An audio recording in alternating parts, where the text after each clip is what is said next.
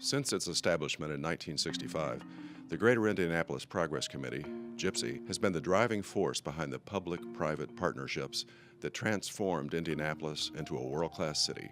Early projects included development of Eagle Creek Park and the Downtown Convention Center, as well as the groundbreaking passage of unified city-county government known as Unigov. At the forefront of these accomplishments were GIPSY's early leaders, including attorney Charles L. Whistler. A native Hoosier, Whistler spent his entire career with the law firm now known as Faegre Baker Daniels.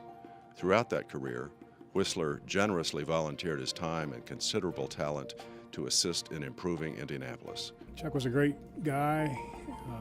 He came off the farm, out of the farmland, so he understood working for the future, taking care of seed corn, building things, great work ethic, cared about others, saw solutions, understood problems and issues, but always was in the effort to try to build the solution, create the solution. The Progress Committee came along with at least the thrusts of leadership of some civic persons. Now, Chuck Whistler was among the group, but he became especially important because his legal skills led to the drafting, as I recall, of most of the legislation that we finally offered during the General Assembly of 1969.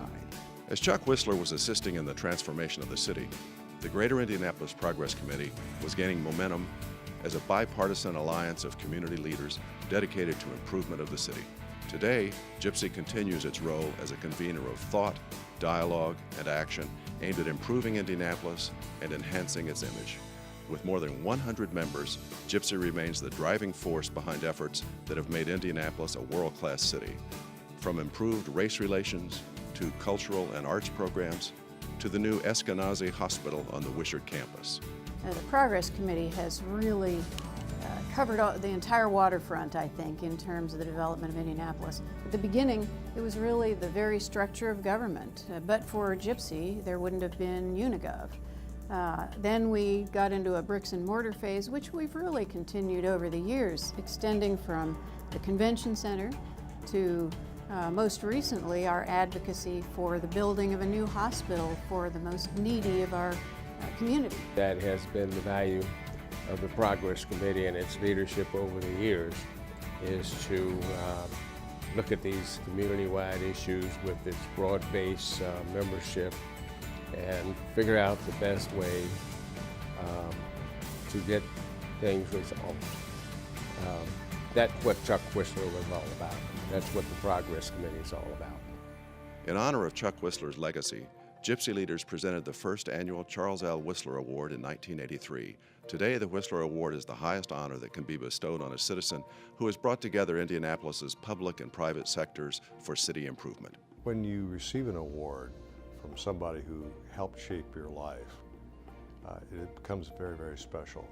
And Chuck Whistler was special to me, and winning the award made it even more special.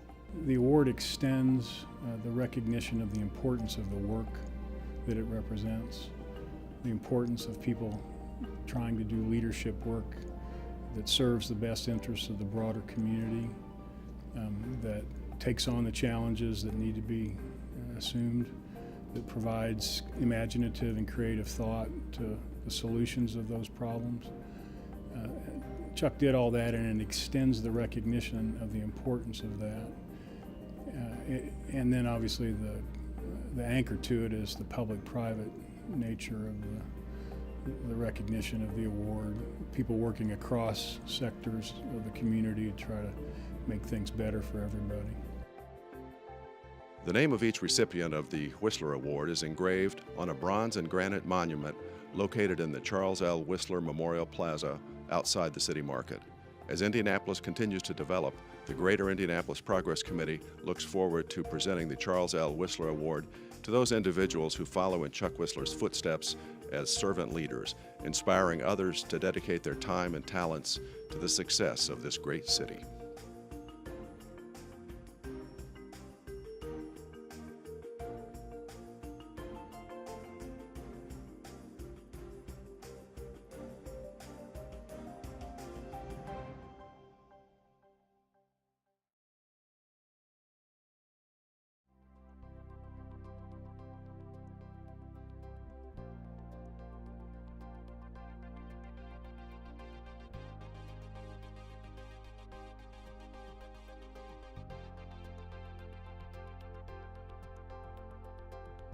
Tom has a glimmer in his eye, and there's always this light in his eye that just kind of says life is pretty good, life is rich, I'm blessed beyond measure.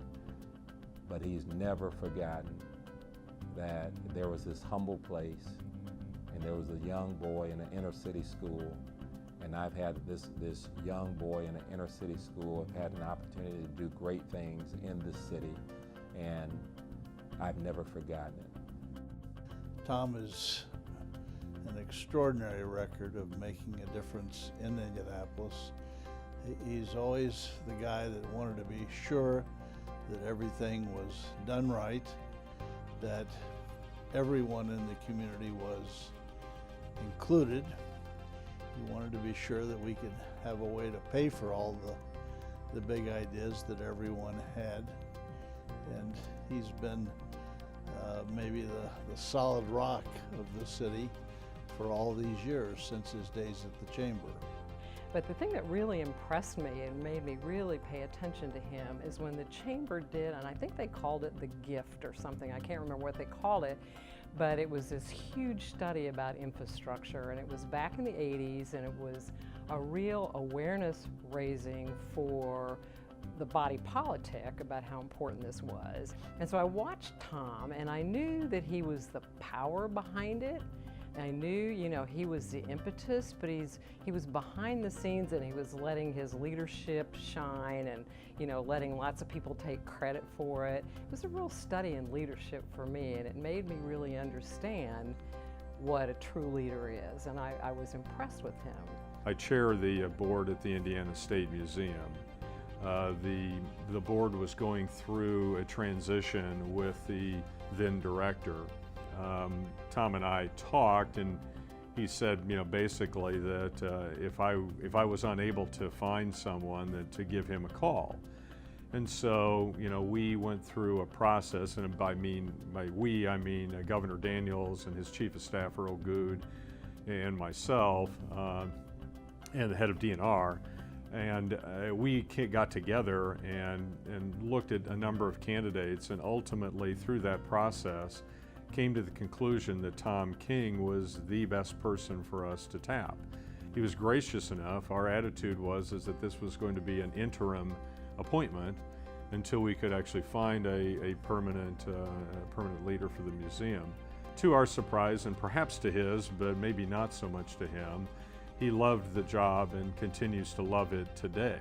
He's put the State Museum on a very responsible, sustainable, trustworthy course. Its resources are significant, and once again he has done it in such a way that he's made it a part of the community. We can look back at our downtown today and we can thank those people for the kind of vision and leadership that they had to get us where we are now. And lots of people come to our community and just take, sort of full advantage of all these things and then take it for granted, frankly, because it's just here. And this place wasn't here in the early 70s and in the early 80s. It was only burgeoning, and now it's thriving, and it's because of people like Tom King that have made it happen. Every step of the way, Tom was there. He was there early, and he's a real quiet, behind-the-scenes leader. He doesn't get as much credit as he really deserves, but he doesn't need it or want it because he was there. He was always about getting to the goal. There is a quote by Dr. Martin Luther King who says, some of the most beautiful things in this world are things that you cannot see. You look out at night and you see the stars as they bedeck the heavens like swinging lanterns of eternity, and you think you've seen it all. But no, you cannot see the law of gravity that holds them there. I think Tom has impacted the city of Indianapolis from a vantage point where people recognize it just through his work at the Chamber of Commerce, through IPL, through the Center for Leadership Development and his board chair role with the Lilly Foundation. People see him in that visible way. I think there's yet another component where Tom has influenced the city in ways that people have never seen. And I think it's because, I'm biased, I think it's because he has touched directly and indirectly, literally the lives of thousands of young people, and has influenced their trajectory of success, and yet 95% of those young people could never name him. I know how important his family is, how much he loves his children and his grandchildren, how important Verletta, what a great pair and a great team they've been, really quite remarkable. And every place that Tom has been, including our city as a whole, is better off because of his effective leadership, his sincerity, his genuineness, and his commitment to be sure it's done in such a way that everybody is included. Tom, it's a thrill to congratulate you on winning the 2015 Charles Whistler Award. I think both of us remember Chuck Whistler. He was so instrumental in the foundation of UNIGOV and so many things that followed from that. And you were by my side really throughout that period of time that I was attempting to become mayor of Indianapolis, attempting to begin to forge programs that you have enhanced with your leadership. My goodness, the number of things in which you have been involved professionally as well as in education. I appreciated especially our opportunity to visit during awards that you presented to me a couple of years ago at the State Museum. It reminded me of your days with the Chamber of Commerce, with Eli Lilly and Apalco, with Butler and IUPUI, with a host of civic organizations that have meant so much to so many people of all ages. You are the most deserving winner of this award because you have covered the field of personal endeavor with vision, with courage, and magnificent discipline over the years. Once again, I congratulate you on a signal victory. I am so happy for you.